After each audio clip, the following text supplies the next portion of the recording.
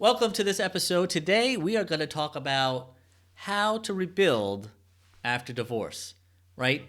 People, after going through a bad marriage, then hopefully, or not hopefully, I should say, go through a bad divorce, right? But then once the divorce is over, what are you left with, right? You're left with your post divorce life. What's that going to look like? So, after going through a bad divorce really is a traumatic event. Okay, there's just no people don't always think about it that way, but it's trauma, right? Going through a toxic marriage and then a contested bad divorce, it's trauma, folks. How are you going to rebuild after that? Here are a couple tips. First, I think that you need to give yourself time, right? Time to heal. There's no other way about that. You've heard the phrase time heals all wounds. It's kind of true. Give yourself time to heal because the worst thing I think you could do after a bad divorce is jump right into another relationship. You are not going to be in the right frame of mind, okay? Time. Give yourself time. But what are you going to do in that time? Here's a couple of things. Work on yourself, okay? You got to put in the work. There's just no other way around it.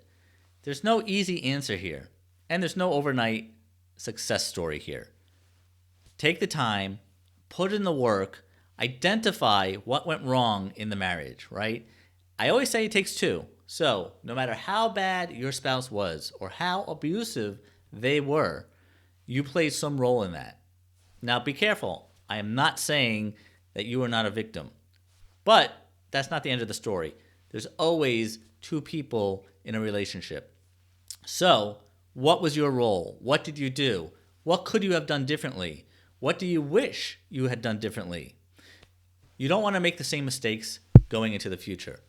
That's my point, right? So, in order to identify that consciously, you got to do the work.